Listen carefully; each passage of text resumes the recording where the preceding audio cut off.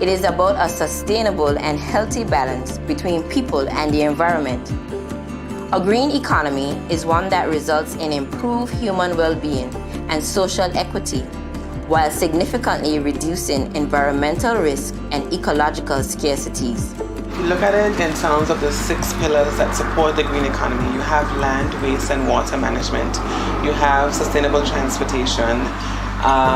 You also would have green buildings and renewable energy. Agriculture on the island can be found in pockets with only specific types of crops and a few livestock and poultry farms available. Walking ground was part of life. You know, we always had food. We always had the crops. We never been short of crops, like say corn, peas, potatoes, beans. Anguilla imports almost all of its food. For me, the number one reason why food security is important in Anguilla is because it helps with non-communicable diseases and it helps with our health. When food comes in, it means that money went out to purchase this food. So money is leaving the economy, weakens the economy. So if we're in a position to grow more food, it means we need more labor, you know. And if we're going to grow more food, we're going to get into the technology of things, you know. So that increases jobs as well. So, you know, for me, those 3 main points: health, the economics of things, and also control of supply and control of jobs. Anguilla is a limestone island of mostly non-arable land. A few acres of farmland is located in the valley and is leased to local farmers by the Department of Agriculture and Natural Resources. There are also several micro-farms around the island. If we really want to look at food security and the green economy from the farmer's perspective, it means that one, we're assuming that the government of the day is creating an enabling environment, right? So that means the proper legislation, the regulations to go with it, the proper concessions on bringing in inputs, and it means that the farmers, backyard gardeners, and technical persons within the agricultural sector or the farming fraternity, they also have the sort of capacity being built. It also means that I could go to the Anguilla Development Board or I can go to one of the banks and get a very low interest loan. All this is part of creating an enabling environment for farmers to really push the green economy. Our green economy is not only about agriculture. Most of the island's fuel-based energy is generated by fossil fuels, and local vehicles are either fueled by diesel or petrol. With an abundance of sunlight available in Anguilla, the use of renewable energy is within our reach. Despite the coronavirus pandemic, the global solar industry had a record year. It added about 100 gigawatts of new capacity in 2020. And although developed countries led the charge to the solar power integration, for many years now, solar has been the cheapest form of new power in developing countries like Haiti and Africa, and made solar the single most important energy source of those developing countries. So we can see the solar uptake spanning from rich countries to poor countries. From a practical standpoint, I think the most cost-effective way of harnessing Anguilla's renewable energy potential is in the development of rooftop and ground-mounted solar energy plants. Depending on the situation, these projects can be ideal when you consider the installation and maintenance costs.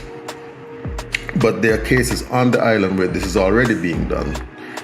Private homes, supermarkets like Best Buy, resorts like Cuisinart and Frangipani. Energy feeds everything, and sustainable energy translates to sustainable water, transportation, communication, and air conditioning. Well, I think the whole idea of having an electric car in Anguilla, it just seems to make so much sense. Anguilla is a flat island. It's a small island, which means that you don't have a lot of distance to travel, and you don't have many hills to climb. I think I've had it now for probably between 5 and 6 years. The only things I've done with it, I've changed 2 tires and I put some brake fluid in. So for me, it is probably the best investment that I've made in a long time. One of my best investments. There is also waste management, which is a challenge for small countries like Anguilla. The appearance of derelict vehicles and non-biodegradable material is degrading to our environment. It's important to keep Anguilla clean for us, our own mental health, our own pride as a people, and to preserve what we have for future generations, because trash and litter, they cause damage to the environment and our ecosystems, apart from being very unsightly. And so as part of the Anguilla Enhancement Project, we've really been trying to incentivize villages to take ownership of their spaces. You live here, you go to church here, you work here. Take ownership of your space, clean it, improve it, enhance it for future generations. Going green opens the door to a sustainable, social, environmental, and economic future. However, we can't go green without blue. Our ocean is central to the cycles of life and can be linked to various economic sectors. Globally, the ocean produces up to 80% of our oxygen, and 40% of the world is dependent on marine and coastal biodiversity. Our blue economy promotes the sustainable use of ocean resources for economic growth, improve livelihoods and jobs, while preserving the health of marine and coastal ecosystems. The ocean is a place I can go to escape the realities of the world above, and it's my personal playground. What ocean means to me is home. It's a place where everyone who lives here should nurture, should try to rebuild and protect. The ocean plays a big part in Anguillan society as it generates seafood, tourism, shipping, telecommunication, spiritual and cultural support. With such rich history, our blue economy is suffering. Our natural capital is being changed by human threats such as gas emissions, climate change, ocean acidification, marine pollution, rising ocean temperature, agricultural runoff, and untreated sewage. Well, I would say right now in Anguilla, our coral reefs aren't as good as they used to be, much like many places around the world. Mainly because of global warming, we're seeing a lot of coral bleaching that's occurring. A lot of our corals are dying off, but also in part with that, we have a lot of fishing that occurs on the reefs. We don't have too many laws or policies in place to protect the reefs. The Department of Natural Resources Fisheries Unit has actually put together a strategic plan that speaks specifically to our fishers, where we are looking for them to become stewards. We've had actually a number of projects, one of them being in Little Bay, where we've implemented and deployed reef balls and casitas. Now, holistically, the idea is to have our fish population be attracted to these reef balls and casitas. And from that, we can actually have our fishermen developing alternative livelihoods. Alternative livelihoods being sea tours. They can actually take guests out on snorkeling trips. And the whole idea is for them to feel as though they have some responsibility. They can take charge of it. And in doing so, they feel a purpose of protecting that environment. Over the past 5-6 years, we have encouraged the local fishermen to fish offshore, because much fishermen wasn't fishing offshore. They was just doing lobsters and the reef fish. So now they have gone offshore to fish pelagics, the mahi-mahi and mahi-mahi tunas. So they have now invested in fads where they go to in the ocean and they fish. The Fisher Folks Association has embarked in a project with the Anguilla National Trust and the diving operators, where we are doing marine parks in Anguilla. We have at Sandy Island, Little Bay, and we also have out at Prickle Pier too. To maintain our pristine environment, Consideration must be given to our waste management systems and sustaining marine resources. In Anguilla, we don't have enough rainfall, so we have to rely on something else. The brackish water, the rain from the earth is not enough. So this is why we get the seawater plant. The seawater plant, it can't dry up. It goes on, but it's a very expensive process to keep maintained. We produce about 1 million gallons per day. Wave energy is gathering energy from ocean waves, specifically the up and down and the side to side and the force of the wave, as opposed to tidal electricity, which has to do with the sea currents, etc. Its principal seeds in small islands with a high coastline to land mass ratio. We can give value to the resources in the blue and green economy as it allows for further economic development to benefit people, the planet, and prosperity. What it takes for jobs to be created is for the people of Anguilla to be entrepreneurs, to be business people. And what it takes for them to be entrepreneurs and business people is money, low interest finances. While the blue and green economy allows for the generation of revenue, it is not only about gaining profit, as our government must be strategic in their policy making to achieve resilience, efficiency, and sustainability in the ecosystems that surround. One of the primary repercussions of not enforcing the green and blue economy in Anguilla is the way the international community will regard us as an unsustainable country, not being considerate of our resources, whether it is on land or at sea. But when you think of development, it can be done by process or by action. So what is key is that government takes the initiative to ensure that we lead from the front and we provide framework that considers the economic arguments as well as the sustainable arguments. One of the ways that we have done that in government is the creation of the BANG task force, that is the Blue Anguilla task force. Having it in an action-led process will ensure that we are aware of our resources. We ensure that we have resources available for future generations of Anguillans to benefit from, and we are building in a sustainable way. So when considering the role of government in developing the blue and green economy, government's primary role is to ensure that there's a legislative framework so that the entrepreneurial aspects and environmental aspects will be balanced, as well as education. It is a no-brainer that our daily lives cannot flourish without the ecosystem services. It is important for the efficiency of systems and sustainability of our resources. We must not only rely on policymakers to bring to fruition the successful transition to the blue-green economy, as this is everybody's responsibility. Business enterprises and individuals are a key transformation pathway to bring about these practices. Let's spread awareness. Let's play our part in sustaining our environment. Let's shape our blue and green economy.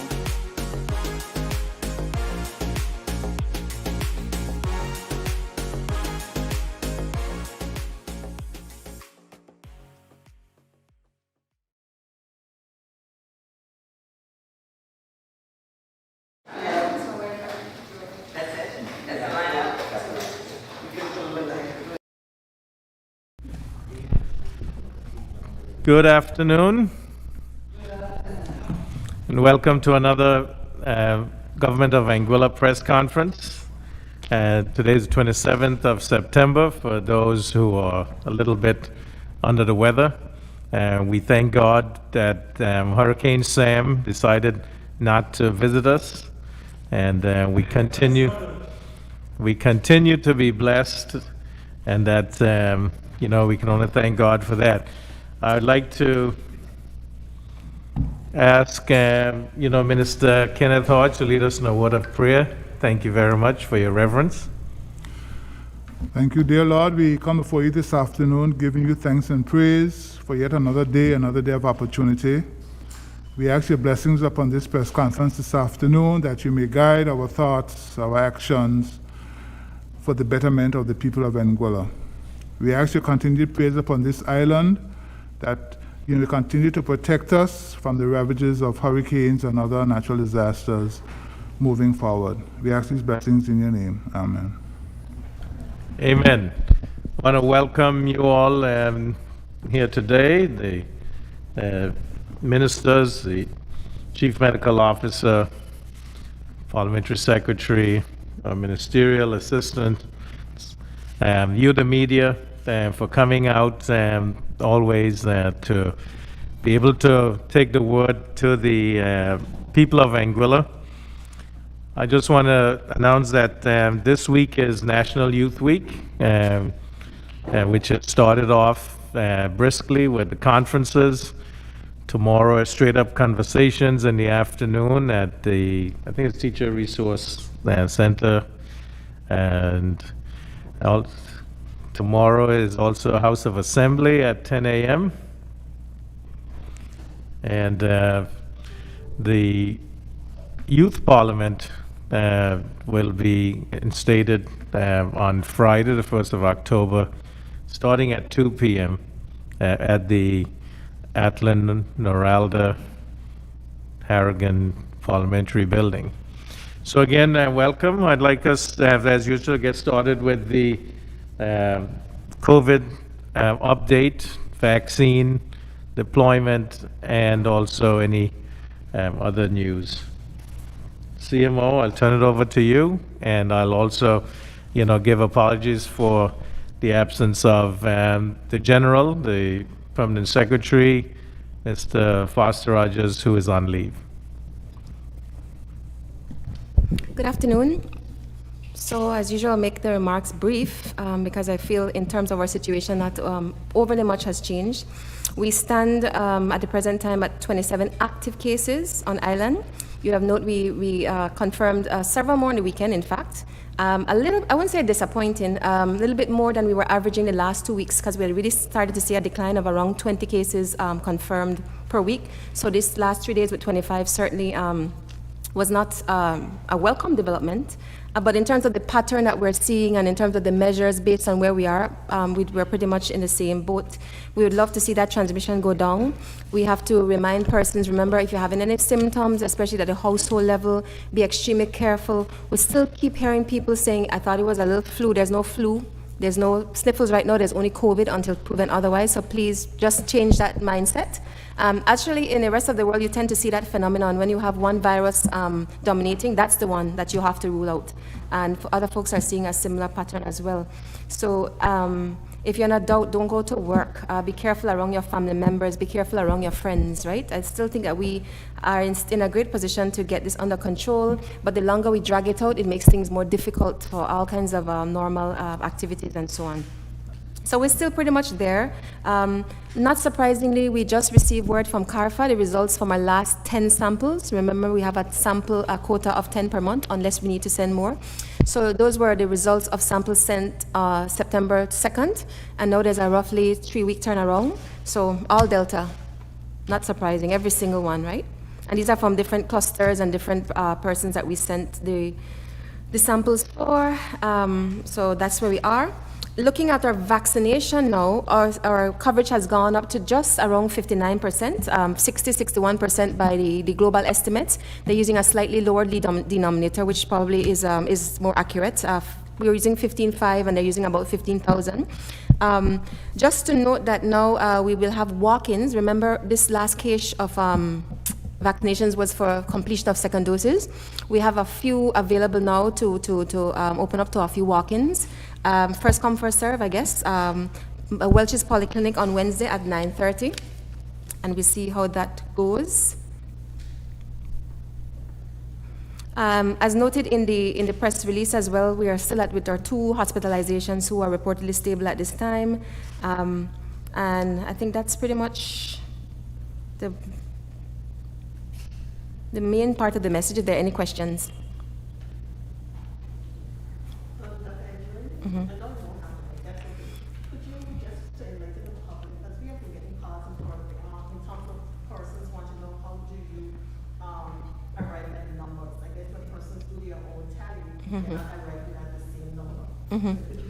Okay, so of course we have the cumulative, we have the confirmed cases, but then also out of that you have active cases. Now for a person to be considered recovered, what we look at is the duration of isolation.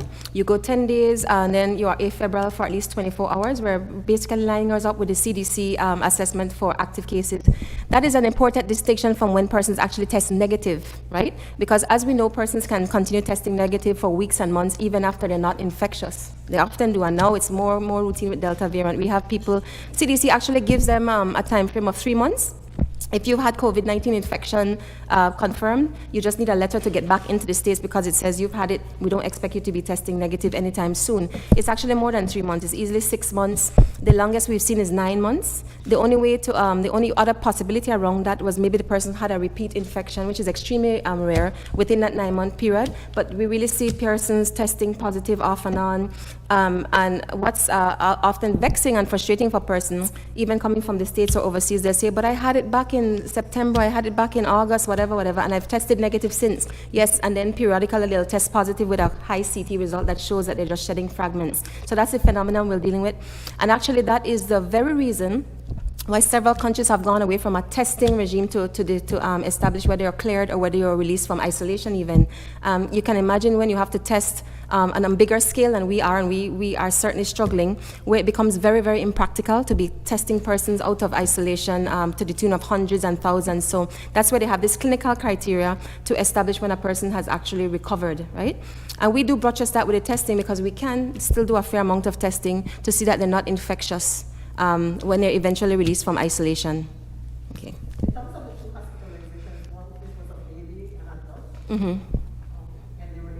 They remain stable. Yes. I think for the interest of the public, it's best to use the microphone because the public wants to hear too. I have a couple of questions about Pfizer. First of all, I wonder what is the position as far as importing Pfizer? I know it has to be low temperature, et cetera, but I know you were working on it. Second part of my question, I was kind of shocked last week when there were only 100 parents who had signed up for their children to be vaccinated. And is that because they didn't know about it, or is it a reluctance, or what? And in view of that, does government have any plan, like children have to have measles shots and polio, et cetera, before they go to school, any plan for COVID to be included in this? And my last question, if Pfizer is imported, would people here over 65 after 6 months be able to get a booster?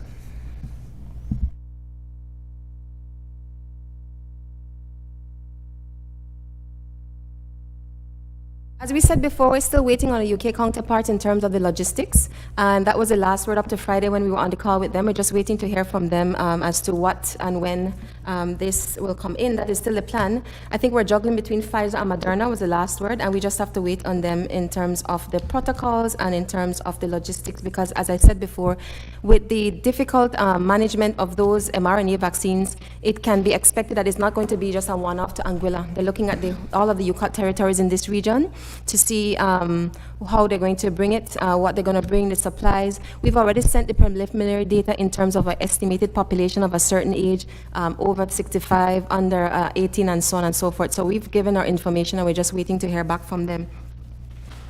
Yeah. In terms of the few persons signing up, I would say this has been a campaign repeatedly for the last few months. So it's going to be difficult to say why persons may feel the way they do. We can only continue giving the information as we know it to be. And at the end of the day, up to now, it's going to be their choice. So that's all I would have to say on that. And of course, I'm not going to preempt what the government eventually decides about mandatory vaccines for anyone. So that's going to be something that has to be considered and looked at and relooked at in the months to follow. So I would not suppose to have the answer to that.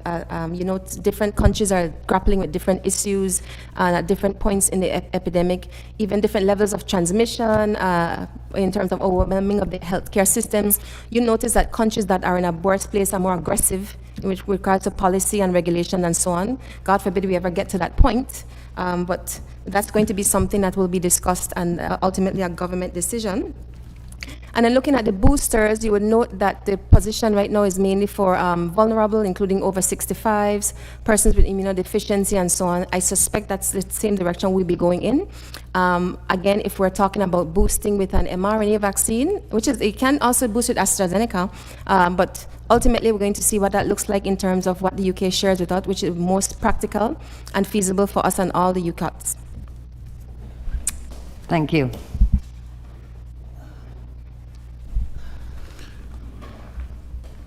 A report came out from Norway where they've vaccinated 67% of their citizens fully vaccinated, and they've removed all restrictions. In the coming months, what restrictions will be eased here in Anguilla? That's one. And two, I've been asking this all the time. Is there any change with Health UK with reference to accepting more of the different vaccines other than AstraZeneca, Moderna, or Pfizer? Well, right now at the time of writing, no, those are still the ones that they're looking at as establishing whether persons are considered vaccinated or not. I know they've gotten a lot of flack, and there's been controversy because even some of the AstraZeneca, Pfizer, that is, they're not accepting from all countries that produce these vaccines as well. I will say, when we, in our dialogue with the UK counterparts, Public Health England, I know that what they do is very data-driven, and we appreciate that. We get the benefit of that. So I know they're looking for data, they're looking for robust data, and they're looking for openness in terms of the assessments that are done. So that is the hold-up. With regards to what they are willing to put on their list as approved and accepted, right? So that's the way things stand with the UK. And not that I'm speaking for the UK, but that has been my experience with them, and that's the thinking.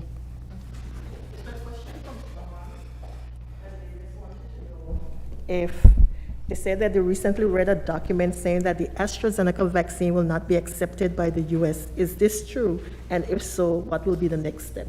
Not to my knowledge. There's actually a little footnote on the CDC guidance from ever since that they spoke about the ones that they know about and also the ones that are approved by WHO. So as far as I'm aware, that would not be the issue. If anything has changed, I stand to be corrected, but that was the position up until a couple of weeks ago.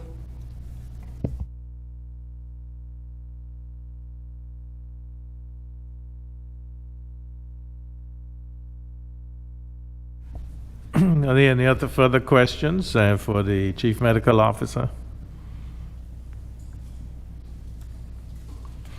I just want to remind those who are eligible to be vaccinated, that is everyone 18 years and older, that there are some AstraZeneca vaccine that's still available up to the 30th of September when it expires. And unless you are pregnant, have a medical condition that prevents you from being vaccinated, then I'd recommend that all those adults who are not vaccinated should try to seek their first dose. And we assure you that if you get the first dose, that we've been have assurance from the UK that we'll get enough for you to get the second dose. And also, we are working on vaccinations for those 12 to 17. We don't have any specific date yet. We certainly would like the parents to list the interest for their children, because right now we're up to close to 150. Some people were registering in the wrong spot online. There is, if you go to beatcovid19.ai, there is a link where you can register your interest for your children. Some people were registering on the regular Beat COVID-19 spot for what we are using for adults. But we would like to encourage that because at some point, as has been shown, the vaccine is the way to get immunity. And for children entering school, it will have to become necessary to be vaccinated. And we see in different jurisdictions in the region and in the US and the UK that children can get infected and they can bring it home. And then we also know that we thank the teachers for, increasing the rate of vaccination. Per the Minister for Education, we're up to about 80% now of teachers vaccinated here in Anguilla, and we commend them for that. Certainly we want to make sure that we protect those who are vulnerable, the children and the elderly. So I thank you for that.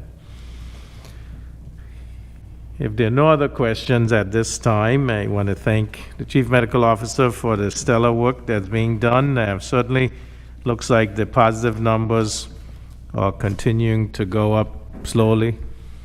But if you compare to other countries next door and in the region, we still have a good handle on this. And you can see that mostly this is household contacts of those who are positive. So we still stress in multi-generational homes, that is where there are grandparents, parents, children, wearing masks inside, social distancing, avoiding contact with those who have symptoms is the way to go to curb the spread. Also following the usual hand washing, sneezing or coughing in the crook of a flexed elbow or in tissues, which is disposed immediately. Distancing oneself, not going to work if you have any type of symptoms. And as you heard the CMO say, if you have sniffles even, you want to get call the hotline, get tested just to make sure, because we do see that in those who are vaccinated that, it's mild disease or even asymptomatic. And so, but you still can transmit. And so we want to be careful. But we do find that it's mostly those who are unvaccinated that are getting serious disease, ending up in the hospital, and some are dying. If you saw the news out of Antigua today, you saw that, and it's very sad to see that from the Lester Bird Hospital that there were several deaths. And some of these were persons under the age of 40, and that, bothered me a lot, that even our younger people are getting infected and dying of this deadly virus. And we have to, seeing that we have such a prevalence of the Delta variant here in Anguilla now also, we need to be extremely careful.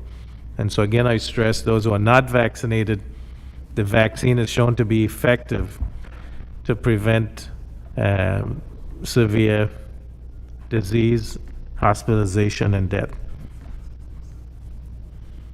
I do have one question before the CMO runs off. Doctor, in your latest report, you talk about the office or the work-related illnesses. Is it equally distributed between government and private businesses, or is it weighted more in one area than the other? It's actually more or less equal, and the commonality is somebody going to work with symptoms, and then there's a unit or a department where there's a closed space, poorly ventilated, and there's that opportunity for spread. So that has been the common thread, more than public-private sector. But the good thing is, invariably, even at the household level, people have the symptoms. There's a chance to stop this. It doesn't seem to be a lot of asymptomatic transmission. People are having symptoms, but not aware or not taking it. No one's saying taking them seriously. Not being aggressive enough, still going to work and whatnot, even with the mildest of symptoms. So that continues up until last week, up until this week, similar, and mild symptoms. A lot of these persons are vaccinated, experiencing very mild symptoms. So, and at the household level, it's difficult, but especially if you're having symptoms, you have to be more aware, and take care to not infect those around you, especially we're seeing a lot of these crowded household, multi-generational, and that has been a pattern. And last week we had 11 of our new cases were from just 2 households, 6 and 5. So you're seeing this big clustering, lots of spread in these households. So it's a very, very, very distinct picture. When you understand the epidemiology of what something is happening, you really can do something about it. But for us to do something about it, we really need the population to cooperate and to be more aware of these things.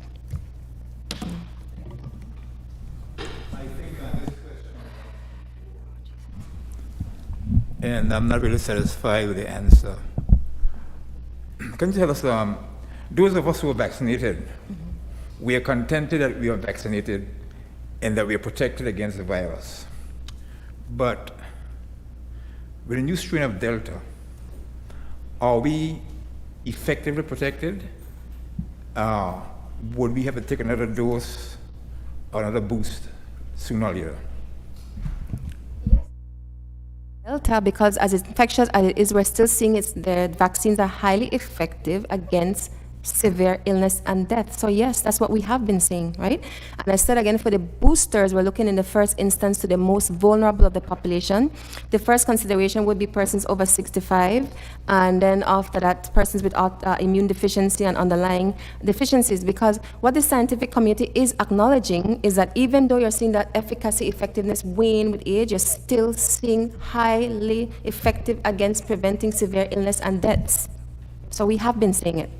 So I say it again, yes, we're in a good place. I dread the next variant that comes around, and if it's something that really impacts the in terms of the efficacy of preventing the effectiveness against severe illness and death, that's going to be a problem. But right now we still have a lot to celebrate. This was the first objective many months ago. We took too long, and there's Delta now that it's more infectious, and that's unfortunate. So more people are getting it. But the take home is that we can still beat it in terms of severe illness and death. That's the point. So we're still very good, you know. And those symptoms to be concerned about, flu-like symptoms, you know, nasal congestion, sniffles, scratchy throat, any fever, loss of sense of taste and smell, headache, muscle aches.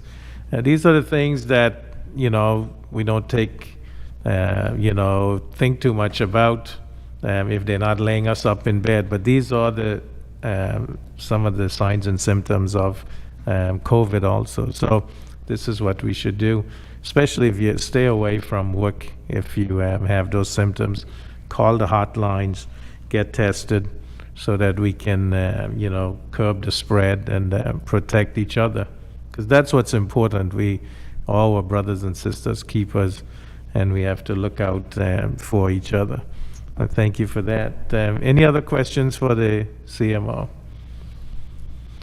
If not, I thank you for your attention, and I will release her so she can get back to protecting us. Thank you, Dr. Andrewen. I'll ask the Minister for Home Affairs, if he has any updates. Thank you very much, Premier. Just to indicate that the Constitutional Reform Town Hall meetings will continue this Thursday evening in District 4, and that will be over at the House of Assembly. We were looking at a number of venues. The schools are not really open as yet, so we don't have access to the auditoriums because we were looking for large spaces.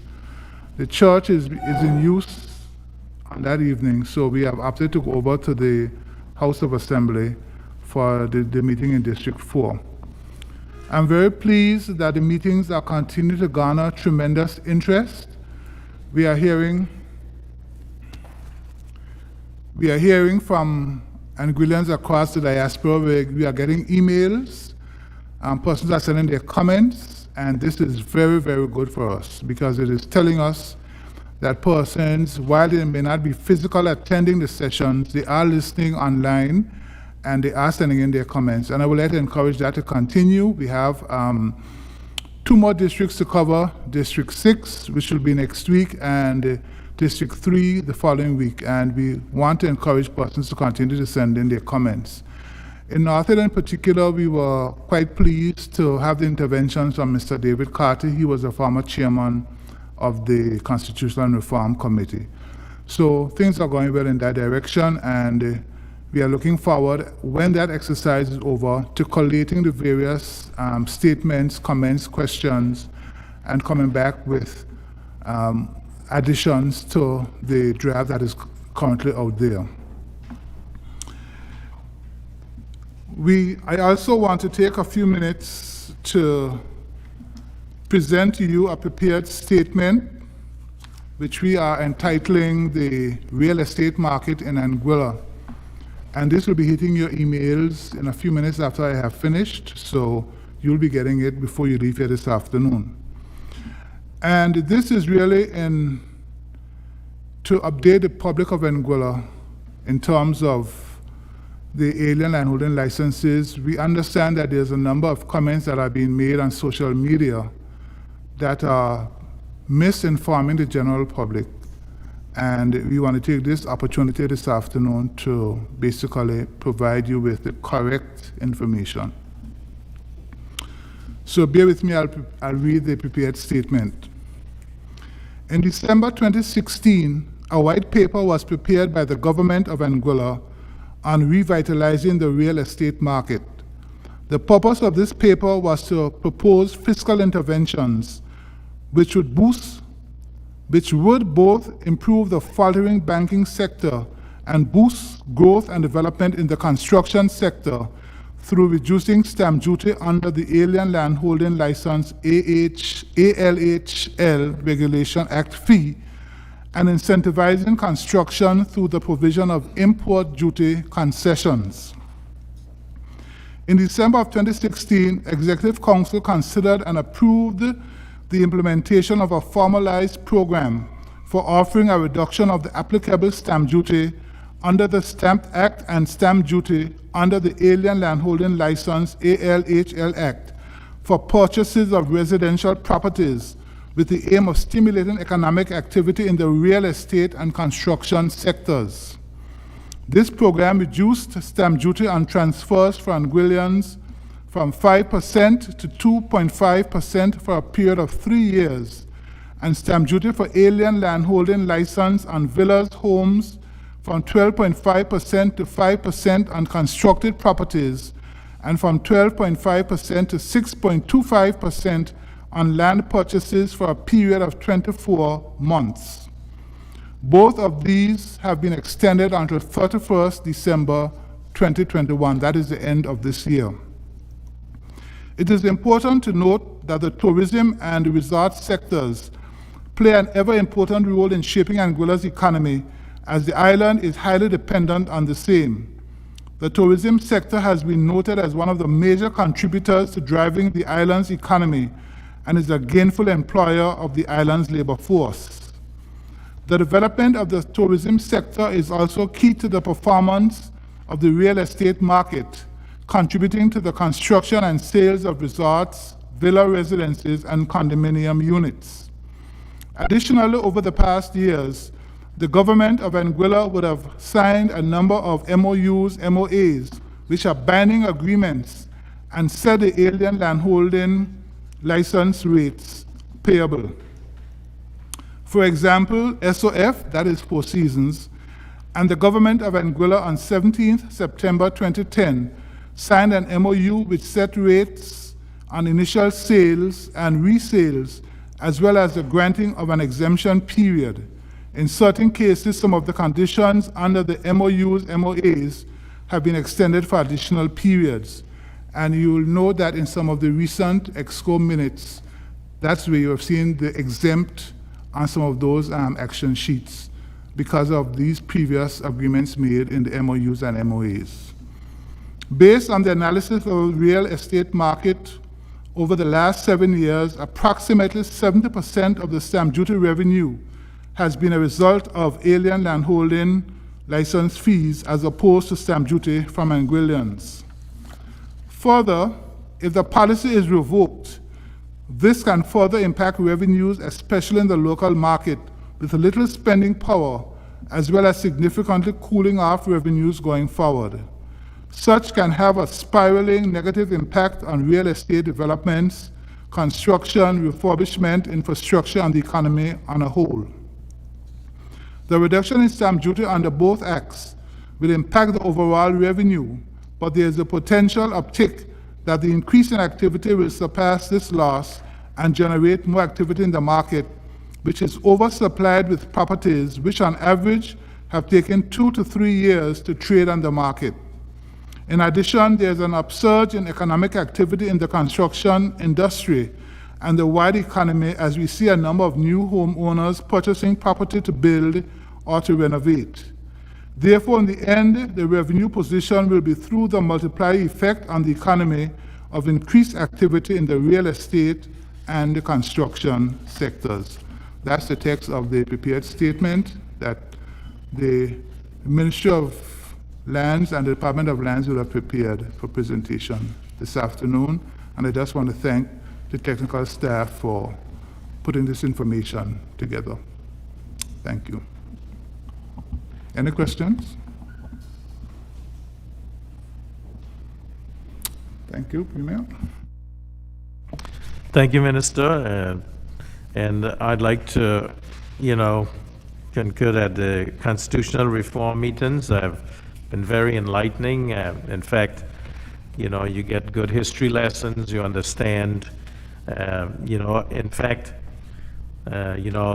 Pastor Gareth Hodge, who was at North Hill also, raised some very important issues and talking about the essence of an Anguillian. And I think that that is something that we all need to, when we have time, sit down and think about what defines us as Anguillian.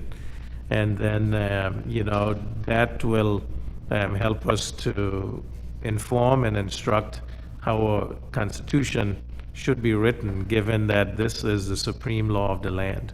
So I thank you for taking that under consideration and making comments. The email addresses are up on the screen usually at these conferences. So if you're not there, you can write in, call the minister or the able-bodied permanent secretary and in the ministry to get your points across, your comments, suggestions. I'd like to turn to the Minister for Infrastructure, Communications, Utilities, Housing, and Tourism to update us.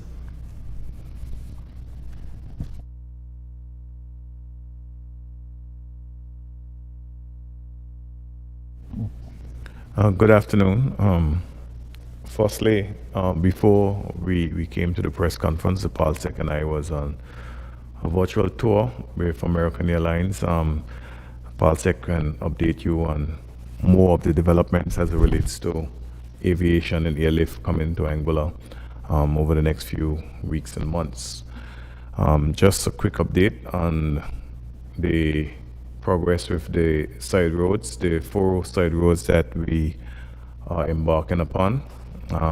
Work should commence on them next month, October, with the hope that we should be finished by the early part of November. Just to say, the ministry have prepared, even before my arrival to the ministry, because it was handed to me on the second day in coming to office, 78 side roads, dirt roads that are in critical need of repair. And some of them have been in critical need of the repair for the past 32 years. And, but no work have been done on any of them. So these 4 roads are just the start of what we have in store over the next 8 years. Because if you take into consideration the next 3+ years of this term and the next 5 years of the next term, over the next 8 years, we should make significant progress as it relates to the development of our road infrastructure. Given the fact that we have been in office just about a year and a few months, and we have made just the facts, Minister. We have made significant progress. Thank you, Premier, on infrastructure development. Not only the Calgary Boulevard, but also getting the Blowing Point Ferry Terminal finally off the ground, and the work that will be commencing on the Clayton J. Lloyd International Airport. As a matter of fact, a significant amount of work have been already completed on the Clayton J. Lloyd International Airport. Without the increase in the PCN and the work that was done at the Clayton J. Lloyd International, American Airlines could not come to our shores because the airport, as it was in critical need of repair for just over 2.5-3 years. So we're very happy that through Her Majesty's government and the urging and prodding of the Premier and I, we were able to get funds to do that work. And the material that we extracted from that airport, we are now using that material to repair roads. These roads should come at a tune of about 150,000 EC dollars. But if we did not have that material, these roads will run us in the millions of dollars to do. So I know some persons have been asking the question on radio and social media, why is it the government of Anguilla is embarking on road development at this time? Just to think about the fact that if we do not do it at this time, at a later time, a year from now, it will cost us millions, and I don't think we'll have the financial wherewithal to do so. So we have to take advantage of the opportunities that have been granted to us by the work that we have done over the past few months and the material that have been extracted, to utilize that material to ensure that we can save the taxpayers millions of dollars. So that is part of it. The other part of it is that I don't think the people of Anguilla elected a minister of infrastructure to sit on his hands over the next 5 years and beg the Premier for $1 to go in the budget with the hope that man will fall from heaven and roads will just happen because you speak it into existence. You can speak it into existence, but if you don't do the work, then it will never happen. So while we pray and we speak it into existence, hard work has to be done, and this administration is doing that hard work, and you will see those roads being developed. You have seen a significant amount of work being done on the Valley Main Road. We have pulled together all of the stakeholders, Digicel, Flow, Anglic, Water Authority, DITES. Everybody is putting their hands to the plow to ensure that the 5 decades old goal of redeveloping the Carteret Boulevard, the Valley Main Road, comes to fruition. So I thank you.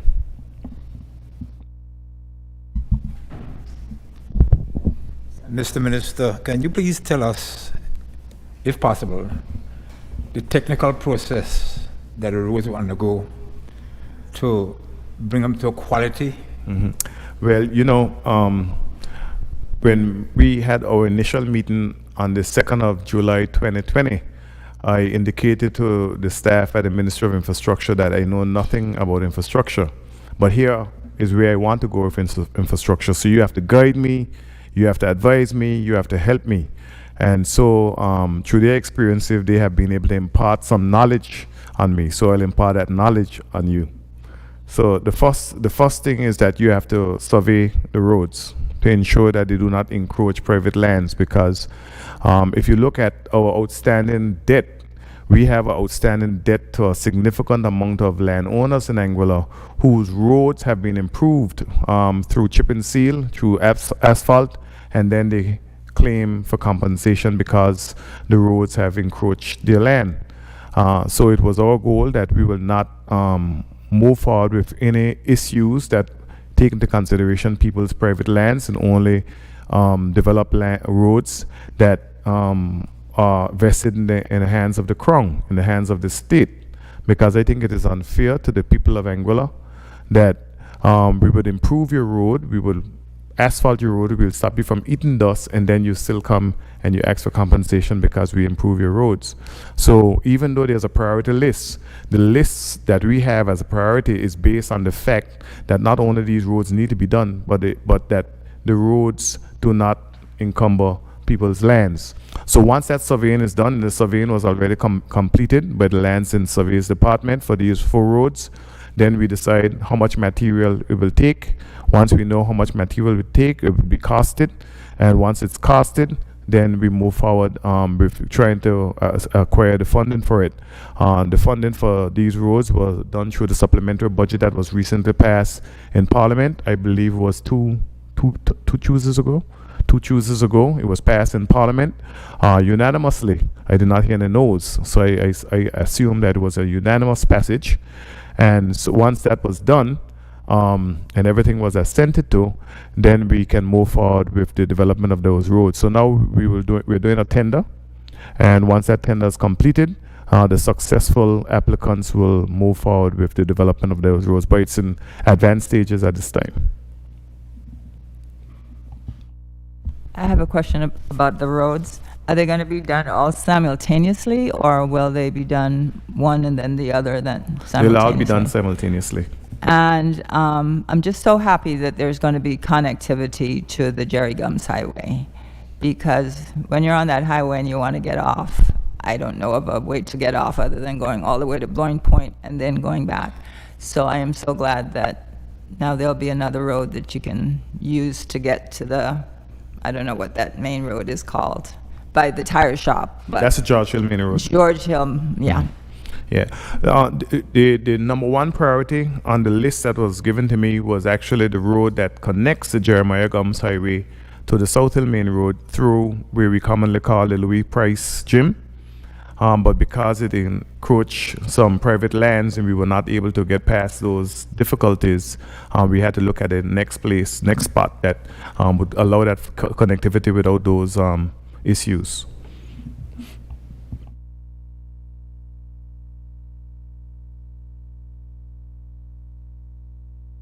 I have a tourism question. I don't know if I should wait or... okay. So actually it's two. The first one, I'm passing on a message here. The golf course at Aurora Resort apparently is being upgraded, and it's not playable right now. And there are people who play golf on the island who would like to know when they'll be able to get back on there and play at least 9 holes of golf. I don't know if you have the answer to that, but I'm just putting it on the record. Well, the fact that you say 9 holes says a lot, because Aurora is also developing a 9-hole golf course. So they'll have a 9-hole golf course, also the 18-hole golf course. It is hoped that by February, the 18-hole golf course should be completed and playable. Okay. That's the hope. As we know, that is dependent on weather and a number of different factors. And the 9-hole golf course, I believe, in June of 2022. So there'll be a lot more for Courtney and other Tommy S.A.F.E and other golf novices. Novices? Enthusiasts and novices to be able to play on. But we're very happy with the amount of work that is going on over at Aurora, what we commonly call the Reef and the Cuisinart. And there's a significant amount of upgrades that are being done there. As you know, there's also going to be another component in that of airlift into Anguilla.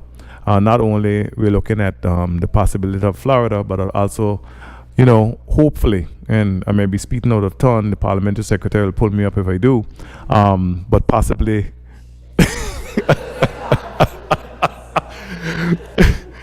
well, the work is being done. I'll break him off. Surprised. I'll break him off there before she breaks him up. We can practice your putting at the mini golf in Island Harbor, Anchor Golf. I have one more question, Premier. You were on the radio last week and you talked about a lot of very interesting things, that one of them being the sale of some property at Savannah Bay for development. I was wondering if you could share some details with that. You just kind of mentioned it, grouped it with some other developments that were in the works without any type of background information. So I'm just wondering if you could share some information on that. Just to say that land used to be owned by the Core Group, which was affiliated with the what was Viceroy at the time, and now Four Seasons. They, by auction, that was sold in July. And the principals have visited Anguilla on several occasions. They've already submitted outline drawings for what they propose to do up there. It's about 210 acres of property. Some of it is beachfront. And that's all I can say right now, except that they have a big project planned, and it would be great to see a project happen in the East. That's one of the goals that the former Chief Minister, the Honourable Benjamin Hughes, had to do when there was a project scheduled for that area, that the MOU was signed back in 2014. And also, it's one that we see as essential that that side of the island, which is beautiful, ecologically and environmentally sound, that we should have a project up there that blends in, and that is the plan. We look forward to hearing some more about it. Thank you. You're very welcome. Don, to add to your question, I don't know if the person who you were asking about Aurora's golf course would have asked some questions of the management there, because I got an email this morning similar to Minister Hodge, and I guess others as well, about the status of the golf course and the status of the hotel. Currently, they're looking towards December 1st as a possible reopening date, and we know that there's lots of work ongoing there. Minister Ken Hodge would have made mention of the number of new hires, the number of contractors working there at the time to get the property ready for a possible December 1st reopening. They did mention that they hope to have a course playable mid-January 2022, and then the 18-hole and the new golf course will be ready sometime in March, April, and then the new 9 course, as Minister Hughes would have mentioned, mid-2022. So they have a few timelines that they're looking at, and I guess everything is pointing to sometime next year for that sort of activity to pick up. So just to give you further clarification. The Minister would have mentioned American Airlines. We are working overtime to accommodate American Airlines as well as Aurora Airlines. At the time being, Aurora is not available for commercial activity, but they will be bringing their guests down from direct flights from Miami to Anguilla, and we would have had conversations with them. There's a lot of work going on at the airport right now, including the relocation of the restaurants to where it was previously reserved for the VIP, and expanding the check-in area all the way to the end of the terminal. So it would be opening up from the front all the way to the end, enclosure of the testing space in the back. So we have, right now it's currently under a tent. So we just wanted to have a safer space for that, because you see COVID seems like it's an ongoing situation. So we wanted some more semi-permanent solutions, and in future utilizing that space for extending the baggage handle area. So that's what's currently occurring there. And in addition to that, we would have mentioned in the supplementary budget purchasing the baggage scanner for the area as well. And we are partnering with Aurora to provide the seating, new seating for our departure lounge, and to have some of the specs of that seating would include seats with the ability to electrical outlets, and have seating for up to about 80 new seats. That would definitely create a facelift there at Clayton J. And we're working overtime with other air carriers. Cape Air should return in November, Minister? Cape Air, November? December. Yeah, so we are working to increase flights at the airport. And that's one of the things that we're looking forward to. We're also looking forward to possibly new routes in 2022 that we are currently exploring, and definitely I'll be very excited to share that information at a later date.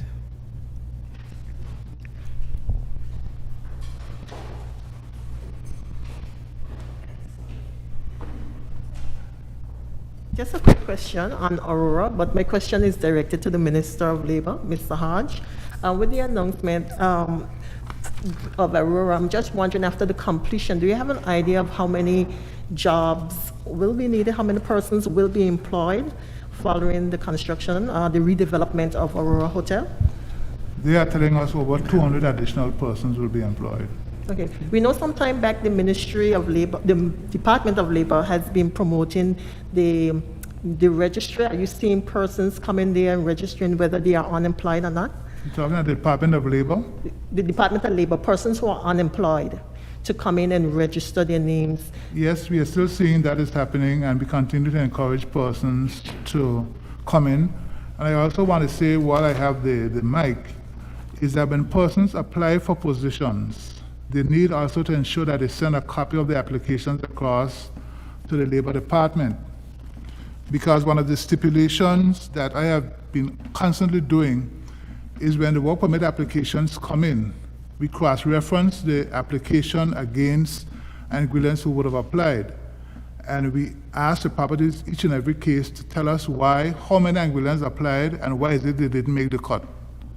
So persons need to ensure that the applications are sent in to the Labor Department whenever they apply for any position, particularly in the tourism sector.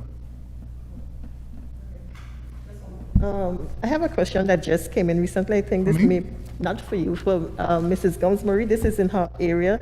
I know we are off of health, but it's tourism health related. There's a question from someone in the hospitality sector. They are wondering if any consideration or reconsideration has been made to lower the $200 testing fee. Apparently, they have made complaints of smaller smaller hotel properties. They have been expressing cancellations within that particular sector following the announcement of the $200. Thanks for the question. The $200 fee, as well as other protocols, are currently under review. And I think by next week, we would have a concrete answer in terms of the fate of that fee and what it means for Anguilla. But I will say that I remember we went over one of the budgets for health, and to run our COVID response is very expensive. I think it was $200,000 a month, or somewhere in the region of that. And the government has been largely subsidized. And I know there are many persons who feel as though because there is a fee and because they're quarantined, that this is a money-making scheme for government. Government largely subsidizes everything going from the testing to the quarantine to the portal. And there's a lot of work, as you can imagine, going into having persons, whether it is locals or visitors, move in and out of this country in the safest way possible. So while we definitely understand the impact that fees has, we on the industry, we are doing our best to ensure that our response is balanced, where we balance economic activity as well as the direct expenditure to government. But we will have a more concrete response to that sometime next week. I don't want to belabor the points, but I have a question for the Minister of Home Affairs on the constitutional reform. The fact is that there are a lot of points that came up during the constitutional reform meetings. One of the main points, the same-sex marriage. But are there any other points that you can apprise us on of interest? That's number one. Number two, how many more meetings, town hall meetings, will there be in this series? And number three, how long will it take for us to have a fully fledged constitution, according to your estimation? Yes, thank you very much for the questions. There have been a lot of comments that have come in. There are a lot of comments that have been put on the lives. And what we are doing at this point in time, we are going back through and sifting through the various comments and collating them. So the same-sex marriage is a sticky point, and we continue to get interventions about that. So that is noted. But at this point in time, I would really like, for myself and the PS, we are going through the various presentations again and collating the different comments. So what we plan to do at the end of it, we will come back with a summary of everything that would have been said. In terms of the number, we're hitting each of the districts. So on Thursday will be number 5, and we still have Road South the following week, and then we finish off in District 3, Valley North the following week. So there'll be, after this week, there'll be 2 more town halls. I think, was there another question you asked? Oh, well, the COVID-19 pandemic is really, in many ways, reshaping a lot of the plans that we've had. And so we are optimistic that we are pushing ahead, given the constraints. And once we have gone through these town halls, we get into the process of drafting a new draft of the Constitution. The AG's Chambers is working with us on that. And once that is done, again, we come back to the public with that final draft. And once we go through that, then we engage our British counterparts again. So it is not a process that I really wish to rush, because as I said before, the COVID-19 pandemic has severely curtailed a lot of the public interactions and face-to-face meetings that we can do. But we are doing the best that we can, and we are determined to move ahead with this process. Thank you. Thank you, Minister. I'll ask the Minister for Social Development and Education to update us. Thank you, everyone. Good afternoon. My update this afternoon isn't going to be too extensive because we had a special press conference on Friday detailing what would be the position of the schools come today and phasing out into the rest of October.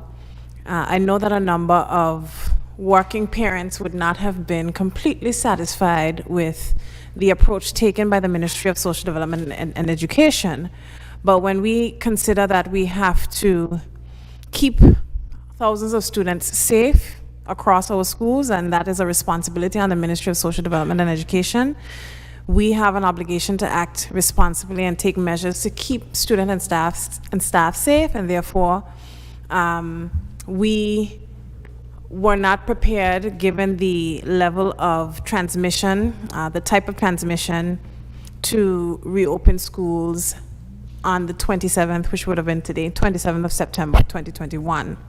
That being said, we have discussed the plan to enter into a phased approach later down. We understand, and the situation is not unique to Anguilla, of course.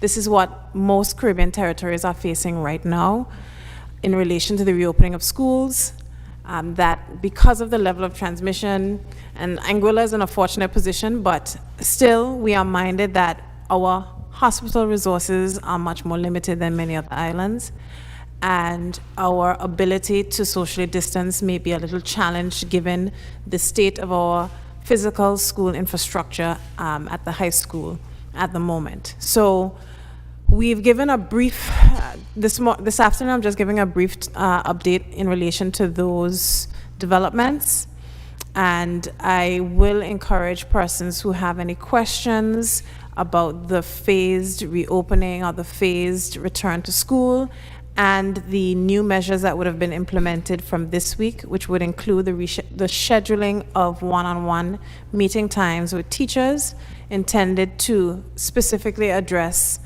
vulnerable students who would not have had access to digital devices, to be able to assess where they are learning in terms of the learning gap.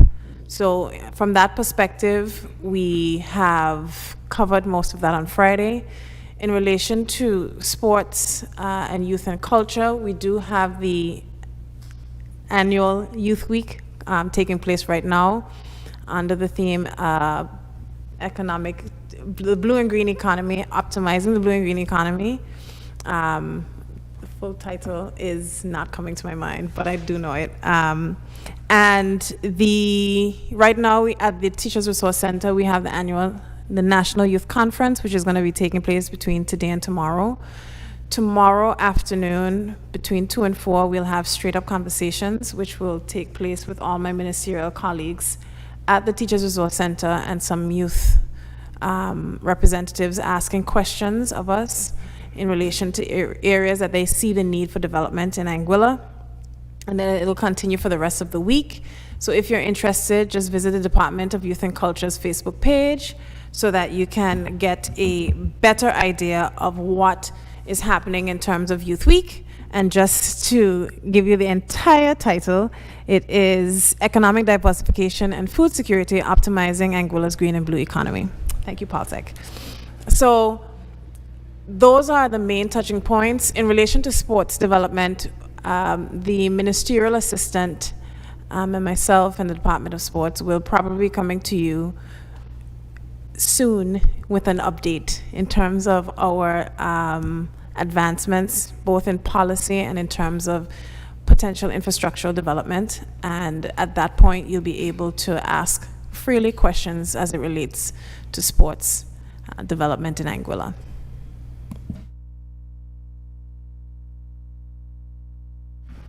Thank you, Minister. Any questions? If not, we'll move to the Minister for Economic Development, Trade, Information, Communication Technology, and Natural Resources. A name as big as the man. Minister Hodge. Good afternoon, thank you. I have just about 2 updates to give. Tomorrow, in the House of Assembly, we have to extend the business license moratorium.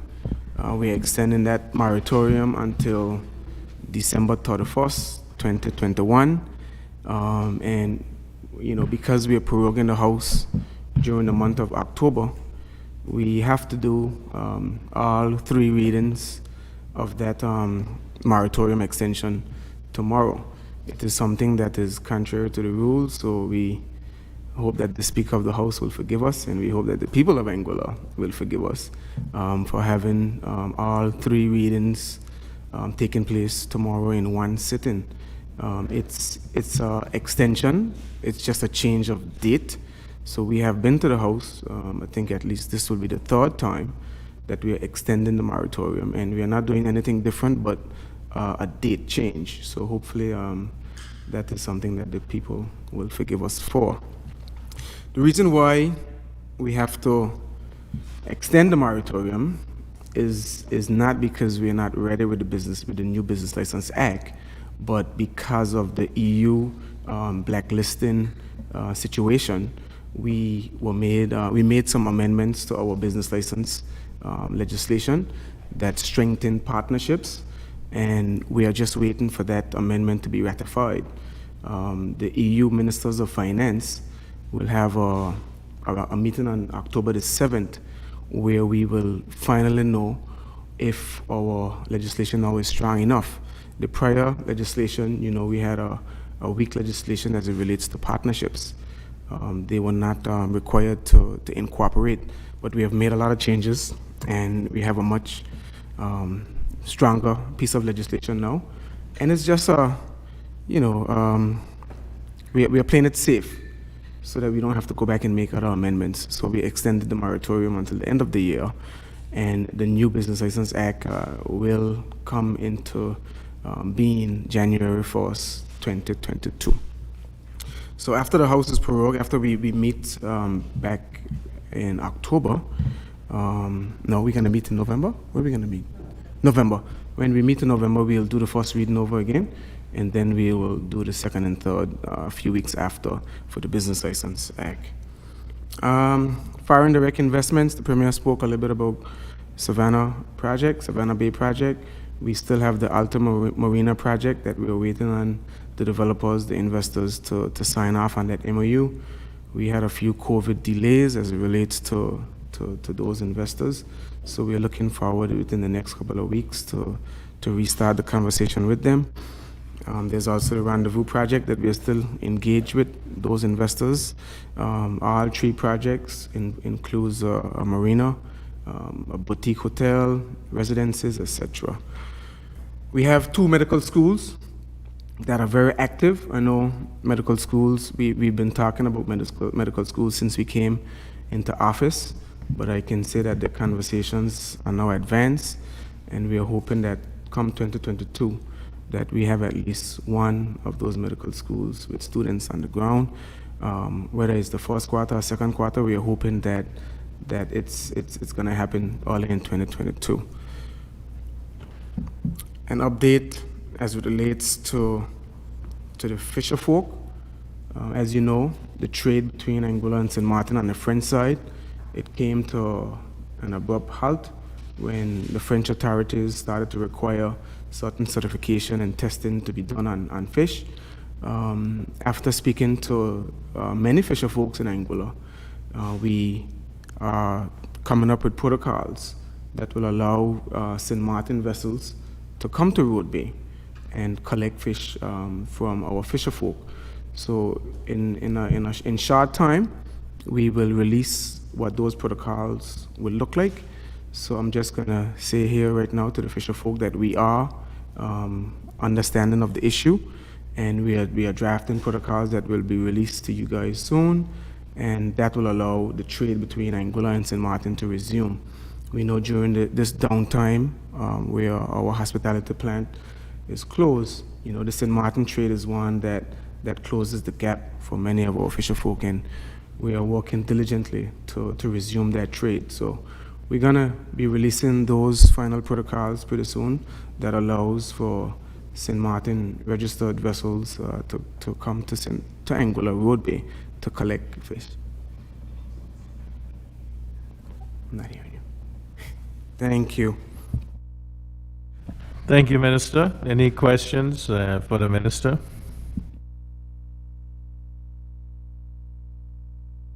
I think you was going to say Deep Faith was launched last Monday.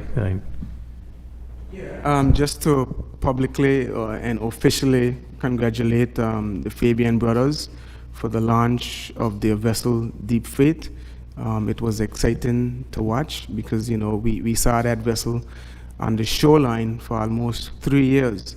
You know, they put in a lot of hard work, and it's finally in the water. And I know that the storm, you know, the approaching storm, they're worried about that, so they took it to St. Martin to do some repairs and also to store it away from the high seas that we're about to receive this week. But I look forward to the day when they, you know, traverse the waters and they go out to the 200 nautical miles to, you know, to see what's out there. So I congratulate them and all those who helped to make this project successful. I have an environmental question for you. The program for recycling of bottles. We had various blue containers put around, and bottles were supposed to be put in those. What is the position with that now? Is that program still ongoing? Are the bottles being recycled? If so, where are they going? What is the position? Yeah, I don't think that's within my ministry. I don't have any knowledge about I thought you were environment, sorry. I'm environment, but maybe that might be public health. I'm not sure, because I've never had a conversation with anyone in my departments about recycling. It seems to be, you know, I don't know whether it's still ongoing or what, and it's not advertised very much, so a lot of people don't even know to put their bottles in these. It's garbage disposal, so it doesn't fall under my ministry. So nobody knows about it. I think that we have started with Anguilla. I remember Journalists from Anguilla doing something with that, but I'm not sure it started. It's something would be good to do, but we can look into it. Mr. Hodge, now that we have our deep sea trawler, fishing trawler in action, or would be in action, I should say, we spoke about the possibilities of processing fish, canning, and exporting fish. How far off do you see that at this time? And who would be actually buying into it? Supporting the Fabian brothers? Well, one of the things government will have to do as it relates to facilitating the processing of fish is to upgrade our testing labs, upgrade the way we certify our fish, the way we trace our traceability of catch, testing of waters, testing of ice. So there's a lot of upgrades that health protection in itself would have to do to facilitate the export of packaged fish. The processing plant, you know, we are going to COP26, we're hoping that we can receive some funding as it relates to being able to develop the processing plants. But it's something that private investors, private individuals, they can also, it is something that they can invest in. And government will do whatever it takes to support a facility of such. It's vital to our economy. It's vital to diversification. And, the standard duty-free concessions is something that we will definitely be looking into as it relates to helping and supporting anyone who wants to get into the investment of a fish processing plant. Yeah.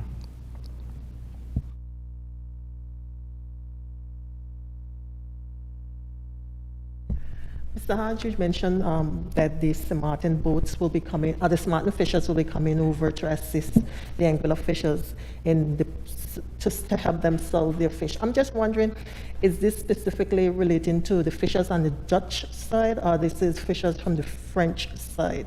And what is I'm just wondering as well, does this have to do specifically with our ports being closed at the moment? And what is the bigger picture going forward for our fishers in the whole discussion of doing trade with St. Martin, especially as it relates to the French side, because we know the EU has a number of stringent laws. Yeah, so it does have to do with the COVID protocols, because if you remember before COVID, our waters were open, boats with fisher folk would just catch fish and just travel to St. Martin and deliver them themselves. But because of the COVID protocols and the regulations on the southern side of the island, there are not much boats that the COVID protocols are allowing to be on that side.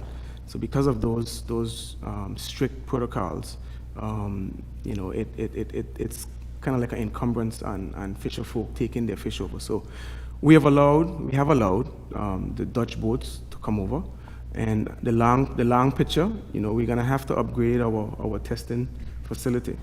And like you said, the EU now, they're requiring much more certification. I think it's HACCP certification that we'll have to come up to standard with in order to allow the trade to traverse between Mr. Ray, leaving Road Bay, and taking the fish to the ordinary route on the French side.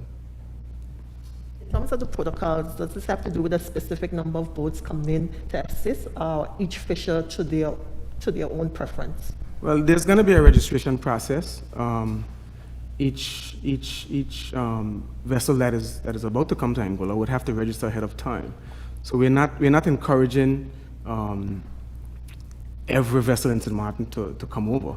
What we are saying is, if you're a fisher folk in Anguilla and you know of someone in St. Martin that is willing to come to Anguilla to collect fish, then you register that vessel with the fisheries department or the fisheries association, and then we'll allow for those protocols to work in that place. I have a question. It's really not about fish, but it's about boats to St. Martin. Next week, when we get an update on the protocols that's going to be under review, is that also going to talk to the ferry service? Yeah? It's a comprehensive review of all of the existing protocols as well as the new ones. So right now, that is under consideration, but until there's a decision made on it, we can't confirm whether or not which way we're going to go, but it is one of the ones that we will consider.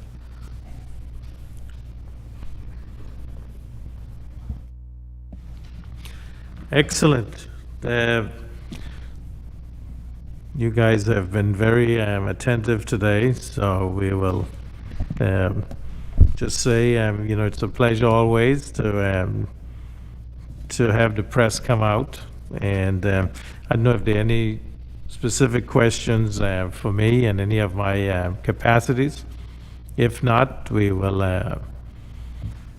I see Lloyd is getting fidgety.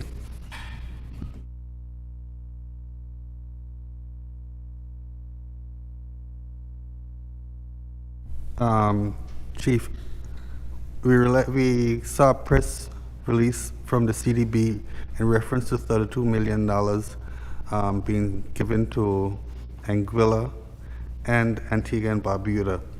And also see that Anguilla is getting $7 million US. Is this in addition to the 20 million that was agreed on before? That would be 7.5 million US is 20 point something million EC. That is the one.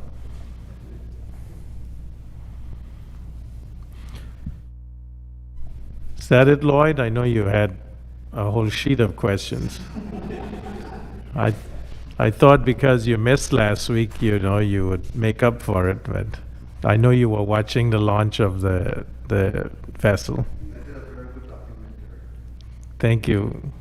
You keep us informed.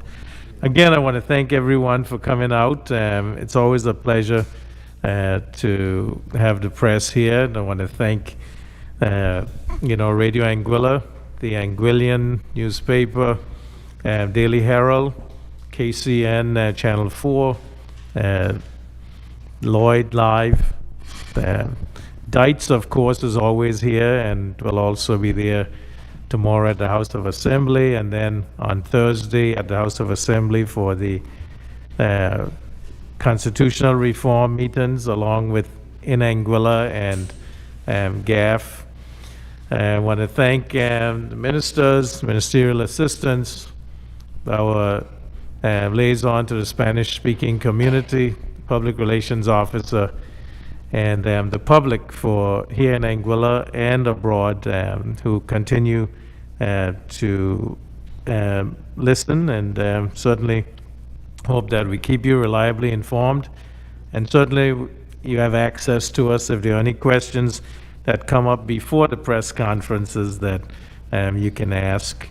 And certainly look forward to continuing to answer the questions you have and inform the public, Anguillians everywhere, as to what is going on. And so I look forward again to talking with you. We will take a break in the month of October with the press conferences, but if there's anything that is urgent, emergent, we certainly will reserve the right to call press conferences, and we ask that you be flexible to attend. I thank you very much. God bless you. May God continue to bless Anguilla.